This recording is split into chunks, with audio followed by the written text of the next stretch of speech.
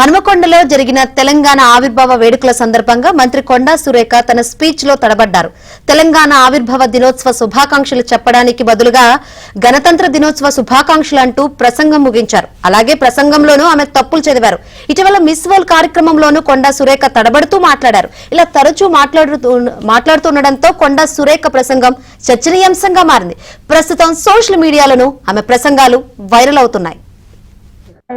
ముఖ్యమంత్రి వర్యులు శ్రీ యనమల రేవంత్ రెడ్డి గారికి జిల్లా సర్వతోముఖాభివృద్ధికి నిర్మాణాత్మక సహకారం సూచనలు అందిస్తున్న ప్రజలకు ప్రతి ఒక్కరికి కూడా ఈ గణతంత్ర ఈరోజు జరుపుకుంటున్నటువంటి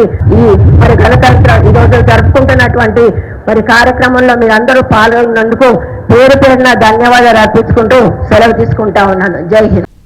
హనుమకొండలో జరిగిన తెలంగాణ ఆవిర్భావ వేడుకల సందర్భంగా మంత్రి కొండా సురేఖ తన స్పీచ్ లో తడబడ్డారు. తెలంగాణ ఆవిర్భావ దినోత్సవ శుభాకాంక్షలు చెప్పడానికి బదులుగా గణతంత్ర దినోత్సవ శుభాకాంక్షలు అంటూ ప్రసంగం ముగించారు. అలాగే ప్రసంగంలోనూ ఆమె తప్పులు చదివారు.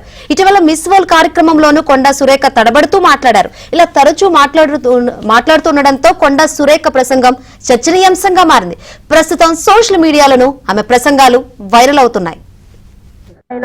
ముఖ్యమంత్రి వర్యులు శ్రీ యనమల రేవంత్ రెడ్డి గారికి జిల్లా సర్వతోముఖాభివృద్ధికి నిర్మాణాత్మక సహకారం సూచనలు అందిస్తున్న ప్రజలకు ప్రతి ఒక్కరికి కూడా ఈ గణతంత్ర ఈరోజు జరుపుకుంటున్నటువంటి